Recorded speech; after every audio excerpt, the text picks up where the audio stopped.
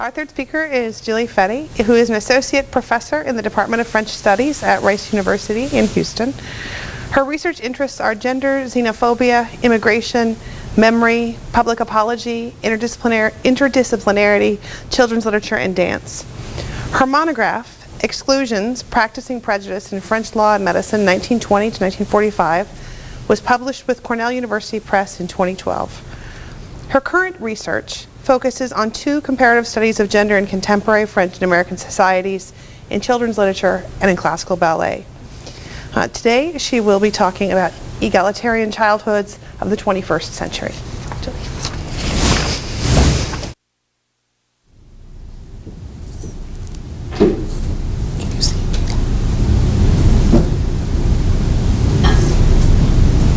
Good morning. I used this hybrid format of the pre-circulated paper in a different way. So in my pre-circulated paper, I presented my arguments, and today I'll present my evidence. We'll see if that works. So Talent Haut is a publishing house that specializes in anti-sexist children's literature. It was founded in 2005 and has since published over 160 books. Despite this mission of anti-sexist literature for children, Talent Haut's literary production, I argue, is very much rooted, in fact stuck in 20th century norms. The attachment to old conventions is evidenced in a majority of the stories, which, while confronting one particular gender norm, unconsciously reproduce or reinforce others. Talent Haut's focus on addressing inherited customs of the past ultimately thwarts, I argue, inventive imaginings of a true egalitarian childhood of the future. So in my brief time here, I'll show a couple of examples from a half dozen stories that demonstrate my point. Here's just a couple of covers that I'm showing you. A majority of Talent Haut books follow a similar narrative pattern. I'm just summarizing my arguments in the pre-circulated paper in one paragraph. So a child protagonist typically encounters a gendered restriction on her or his behavior. The protagonist challenges such imposed limits, overcomes such limits, receives permission to reject the original gender norm, and possibly the defenders of the gendered norm are convinced that the norm is stupid or passé. And here we have another cover. The initial defense of old-fashioned gender norms in the stories is often conducted in a dogmatic, exaggerated, and ultimately unrealistic way, I find. So let's take a look at Bumpy Book. This is a book published in 2008 which fulfills most of these patterns. In addition, the main protagonist is a boy in this story, one of 6 in the picture book collection that features boys dealing with expectations of masculinity. So in this story, Maxime loves to play dolls, a little small, but, and the boys make fun of him, but he doesn't care. One day though, when his favorite doll Gaston is stolen, Maxime goes on a rampage like a brave knight. The other boys are impressed with his masculinity. Now it turns out that other dolls have been doll-napped, and the kids band together to find Bumpy Book, the doll napper. They find him, pop him with their swords, and he deflates. All dolls are returned to their owners. And, quote, since that day, boys and girls in the neighborhood play together at knights and dolls, unquote. So Maxime and his friends together in this story, therefore, ultimately overcome gender stereotypes that were originally defended by the neighborhood boys. Despite this happy ending, several problems emerge upon deeper analysis, in my opinion. Maxime, I'll go back, is accused of being une fillette. And since there is no narrative recognition that being, as opposed to being called a little girl, might not be degrading, the book reinforces female inferiority because it makes no commentary on the insult. It lets the derogatory remarks stand. Another problem, the protagonist's doll is a boy doll, Gaston.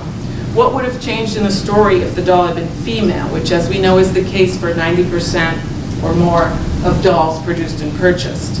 Would caring for a female doll have pushed Maxime's character over the edge of acceptability for readers, I wonder? Maxime only plays with girls in the beginning. Not surprising, because the girls are playing with dolls and the boys are making fun of him. But the story might have been nicely complex if Maxime had had just one male friend throughout his doll-playing moments. Even if that male friend wasn't playing dolls himself, just to show that some males, not just Maxime, are capable of bending gender. But in Bumpy Book, the only thing that brings the other boys around is when Maxime displays anger and proves himself to be a fierce chevalier, a protective paternal figure going to battle to recover his son, Gaston. So I promised in my circulated paper that I would look at 2 books that I liked a little bit more, and that break some of this narrative pattern. One of these books takes on sexist imagery in the media. It's called Say, Why is the Lady Naked?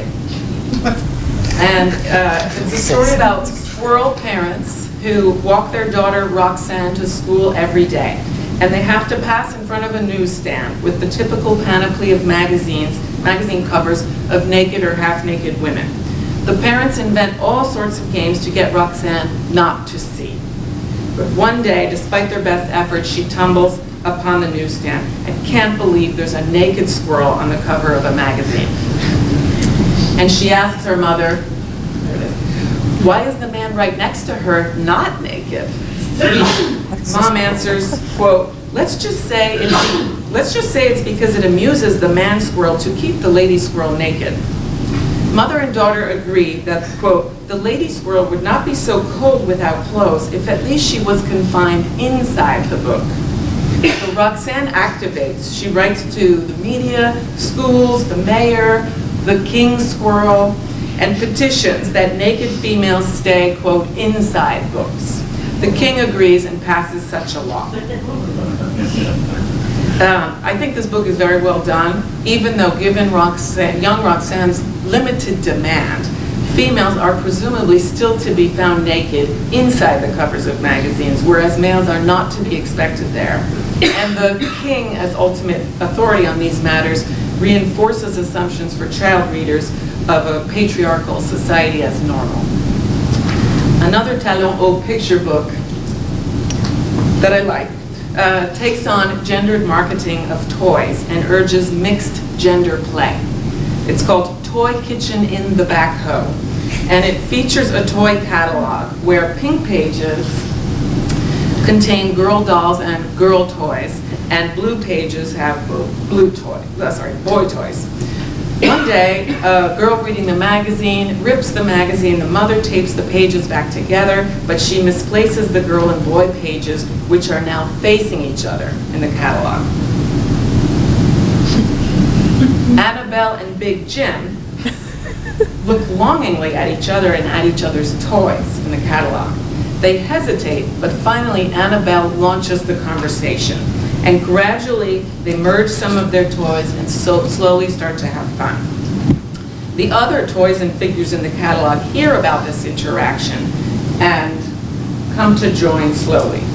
In the end, they were no longer playing boy games and girl games. Quote, they were simply playing. As a result, pink and blue pages become purple, with all toys mixed up in the catalog. And I really do like the premise of this book, although it too contains some latent involuntary stereotyping that I found. First of all, I almost missed it. Female characters, female figures in the catalog, which are presumably toys to be purchased, right, are referred to as poupées all throughout the story. And male figures are referred to by their profession or their activity. Un aventurier, un chevalier, un footballeur. Another problem, I'll go back, Big Jim, who's in the green there on the right page, and Annabelle is to his right, to our left. Big Jim is about 3 times as big as Annabelle in the images. Plus his name, of course, indicates that he is big, and she is just not. It's Grand Jim in the story. Instead, she is Belle of Annabelle, playing into another classic trope, focusing on the beauty of females versus the size or strength of males. And the final miss, I believe, in this otherwise welcome book comes at the very last line, which is a command issued to child readers, and I quote, "As for Big Jim and Annabelle, watch carefully for your Christmas catalogs. You will see them arm in arm. They are the lovebirds of the purple pages." End quote. So the female-male platonic friendship theme that was nicely established is precipitously lost to romance, which is a common trope in children's literature. Now let's look at the Talon Haut collection of junior novels. And I'll just flip through a couple of covers too before I get to a couple of books I want to focus on. This next age level collection is called Livres et Égaux, and it's billed as, quote, novels for 6 to 11-year-olds, 100% guaranteed without sexism, end quote. And here I only have time to show 2 stories in depth that unfortunately do not fulfill that guarantee. Story of the girl who struggles with math and actually never overcomes the struggle. So, Ma Mère et Mère is a play on words. This is a 2008 book. A boy's mother is the town mayor, and his father is a stay-at-home dad. The son decides, however, that he wants a more conformist family structure. Valentin tells his parents, quote, "My friends think that you are not a real dad, and you are not a real mom." In response, his parents actually agree to switch roles for a day. Dad helps out at a local bookstore, and Mom takes the day off from her municipal duties. The boy is at first proud to have his mom walk him to school in the morning for the first time, but soon humiliated because she's wearing a suit rather than jeans like all the other moms. Look at this image of his 3 boyfriends mocking Valentin about his mother's effect on the oppressed adults in the schoolyard, right? The mayors come to school for the first time. To my point about exaggerated and unrealistic representations of attachment to old gender norms. I think you'd be hard-pressed to see that in a morning drop-off at schools today in France. But after a long day of mishaps, the family experiment results in a partial reestablishment of traditional gender norms, with the father awakening to the idea of part-time work. Now, this is only, I just skipped that. This is only one of 2 books in Talon Haut's 2 collections of 60 books where it's the child protagonist himself who is the upholder of past gender norms. And in this case, the family bends over backwards to undo their modern arrangement to comfort his needs for conformity. So I don't really know what feminist message the publishers expect young readers to infer from this book. And lastly, skipping this. Lastly, we have Inès la Piratesse, 2009. So Inès is a fearsome and cruel leader of her all-female ship. Yet the author puts forward multiple asides about Inés's coquetry. For example, she has perfect vision in both eyes, but she wears an eye patch just for the look. She competes with her second-in-command for the affections of their male prisoner. This is the description of the second-in-command. Quote, Inès has the luck to have on board a certain Soisic la Barrique, fabulous live wire, who makes all the pirate captains jealous of Inès. It's not Soisic la Barrique's huge buttocks that waddle like rubber balloons, nor even her large bosom, as voluminous as the teats of a dairy cow, that are almost funny when seeing her walk, run, or dance. No, Soisic la Barrique is one of the cruelest piratesses of the ship. So much for a non-sexualized portrayal of a strong female character. At the end of the book, not kidding, Inès trades in her pirate career for a pearl cultivation business, and Soisic and the prisoner get married. So one must account for cultural differences between French and American senses of humor, and adults and children within the same culture rarely find the same jokes funny. But can this book, Inès la Piratesse, serve as an example of anti-sexist literature for children? Talon Haut's founder, Laurence Farron, admitted to me that she also did not like the ultimate domestication of the 2 female pirates, in this story, and that Talon Haut is making more efforts to eliminate latent sexism in their authors' more recent publications. But as you can tell, I am, just to finish, I am both disappointed with Talon Haut's books and yet impressed with its ability to continue to thrive with an exceptional agenda in a difficult marketplace. And I look forward to future stories that may propose more fully conscious and delightful literary stimulation for our children of the 21st century.